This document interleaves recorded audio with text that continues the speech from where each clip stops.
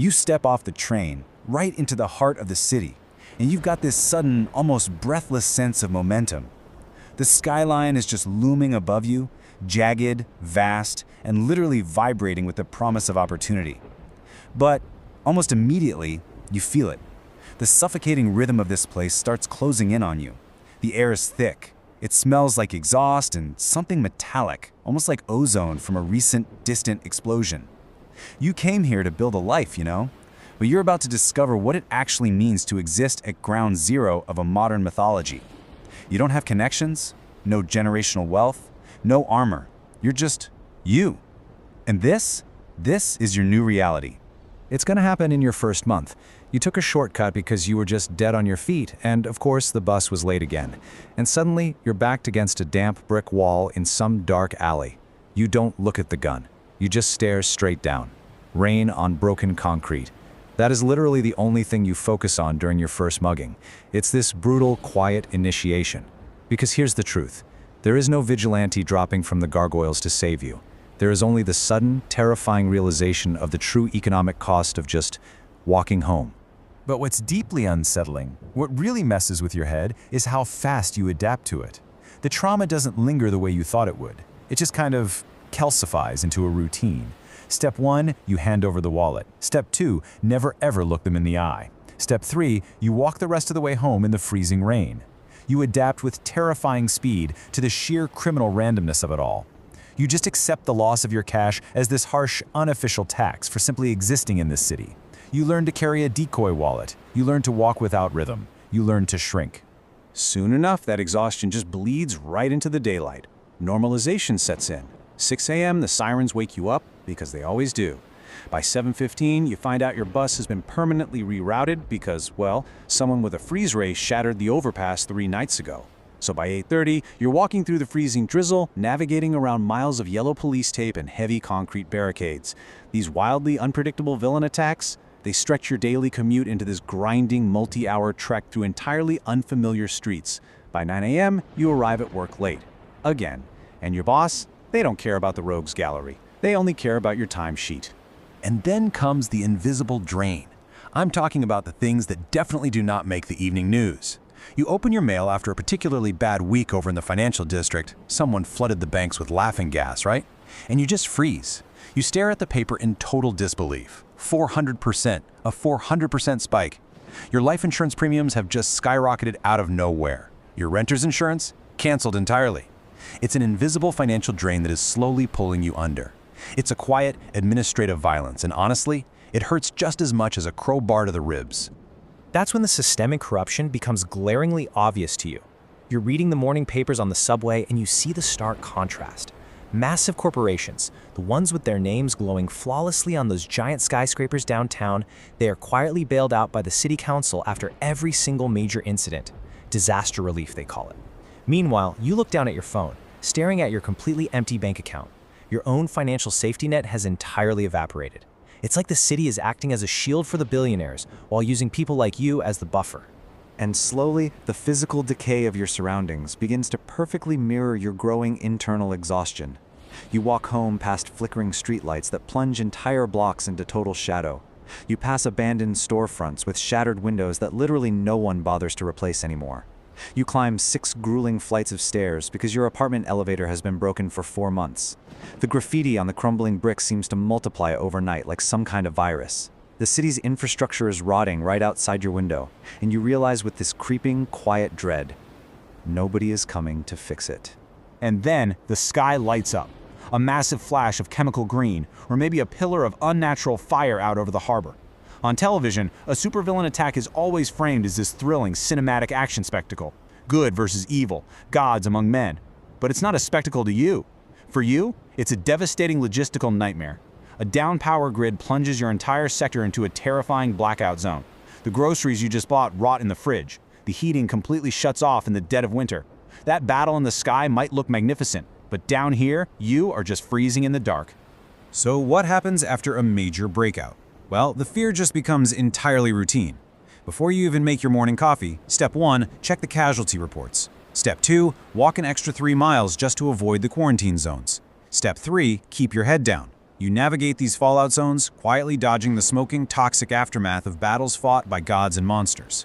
You breathe in the ash just to get to a minimum wage job that is absolutely going to dock your pay for being 10 minutes late. You see, the cameras always pack up and leave when the smoke clears. But the true weight of this invisible suffering? You measure that in the agonizingly slow recovery of your neighborhood. Day 1, the sirens finally stop. By week 3, the federal relief trucks pack up and leave the borders of your district. And by month 6, the temporary scaffolding holding up the local bridge has already begun to rust. The vigilantes have moved on to the next major crisis, but you're left living in the rubble of their last victory. So you try to escape. You desperately look for a way out of the rot. You check the listings for a tiny, one-bedroom apartment up in the Upper East Side, right near the heavily patrolled safe zones. And the price? $4,500 a month. There is just no way. It is this exorbitant gatekeeper actively pricing you out. Security is a luxury commodity in this city, and you just don't have the capital to buy it. You realize the housing market itself is what's trapping you deeper and deeper into the crumbling projects. It's 2 a.m., you're sitting in this dingy, late-night convenience store, the fluorescent lights just buzzing overhead. On the tinny little radio behind the counter, a billionaire's voice echoes out smoothly over the airwaves. "We will rebuild Gotham." It's a press release promising reform, new foundations, a brighter tomorrow. You take a sip of your lukewarm coffee, knowing perfectly well that their money will never, ever reach your street. The charity galas? Those happen up in the clouds. Down here, the drains are still clogged with debris. And the disconnect, it just becomes maddening. While the news anchors are on TV endlessly obsessing over the vigilantes' latest triumph, analyzing the tire tracks of some high-tech car or debating the ethics of mass justice, you look around at your community. You realize that ordinary people are being quietly, systematically crushed underneath the mythology. You are the unspoken collateral damage of a war that has absolutely nothing to do with you. Then, the exodus begins. A deep, quiet paranoia sets in as the city literally hollows out around you. Your sister calls to tell you she's moving the family to Metropolis. She just can't take the anxiety anymore. The desk right next to you at work sits empty because a coworker simply stopped showing up. And the crazy part is, nobody even asks why. You walk down your hallway and realize the neighbor's apartment has been empty for weeks. The people around you are simply vanishing, and it leaves you entirely, suffocatingly isolated. And that is when the psychological exhaustion hits its peak. You're making dinner one evening when a squad of heavily armed police cruisers absolutely tears down your street, sirens wailing, lights strobing violently through your thin curtains, and you realize something terrifying. You didn't even drop your knife.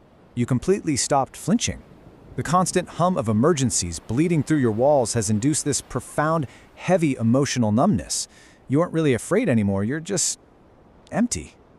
You pass a stranger on the subway stairs. They look totally panicked. "Did you hear what happened downtown?" they ask you, completely breathless. And it's a question you literally no longer have the energy to answer. You just shake your head and keep walking. Because the violence has just become background noise. Another chemical plant explosion, another hostage situation at the courthouse. It all just blends together into this dull gray static that you have to tune out just to survive the afternoon. A total identity collapse takes hold. Your ambitions, your dreams of what you were going to do when you moved to this city, they've all burned away. Your entire existence shrinks down to nothing more than what I call the midnight shift. Step 1, ignore the shadows outside. Step 2, lock the deadbolt. Step 3, wait for the sun. You aren't living anymore, are you? You are just trying to outlast the night. You lie awake just staring at the water stains on your ceiling. You hear the distant, heavy thud of a grappling hook, the roar of a jet engine fading off into the night, and you finally understand the grim reality of it all. The caped crusader? Sure, he might stop the city from burning down to ash. He might catch the absolute maniacs and throw them back into the asylum. He saves the concept of Gotham, but Gotham never really saves you. The system remains exactly as it was. The landlords still extort you. The buses still don't run. The insurance companies still drain you dry. You are just a forgotten statistic of collateral damage, trapped in a corrupt ecosystem that demands your labor, demands your taxes, demands your literal life, but offers absolute zero protection in return. The morning finally comes. You open your banking app on your cracked phone screen. $42.50. You just stare at that final bank balance, deeply fundamentally understanding the bleak, irreversible consequence of it all. You see, you aren't staying in this city because you're brave. Actually, scratch that. You aren't staying because you're resilient or because you believe in the soul of Gotham. You are staying because you simply cannot afford to leave. You turn off the phone screen. You look at the heavy deadbolt on your door, at the rain beginning to streak against the grime-covered window. A siren winds up in the distance, just a low wail that rises above the sprawling, rusted skyline. The heroes are in their caves, the villains are in their cells, the billionaires are secure in their towers, and you are right here, at the absolute bottom. So when the water inevitably rises, when those shadows stretch just a little too far into your room, who saves you?